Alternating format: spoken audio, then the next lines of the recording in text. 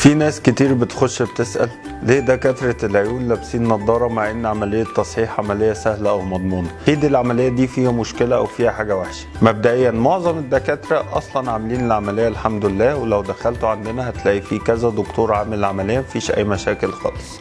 الفكرة كلها ان مش كل الناس بينفع لها تصحيح ابصار. انت ممكن ينفع لك تصحيح ابصار، حوالي 60% بس من الناس هم اللي ينفع لهم تصحيح ابصار بالليزر او بالفيمتو ليزك او الفيمتو سمايل. 40% من الناس عندهم قرنيه مخروطيه، عندهم مشاكل في العين، عندهم ساتسفكشن او ارتضاء ان هو لابس النضاره وسعيد بيها، فهي مش مأثره عليه في حاجه، فالعمليه مش هتقدم له حاجه زياده، فما بيعملش العمليه. يعني احنا بنعمل العمليه امتى؟ لو انت اصلا اوريدي متضايق من النضاره بتعيقك في شغلك، بلبس عدسات لاصقه وجربت البسها وبعدين ابتدت بتضايقني مش قادر اتكيف معاها، ساعتها بعمل عمليه تصحيح. انما انت شخص في حالك، هو مش قانون ان انا اخلع النضاره واعمل عمليه تصحيح.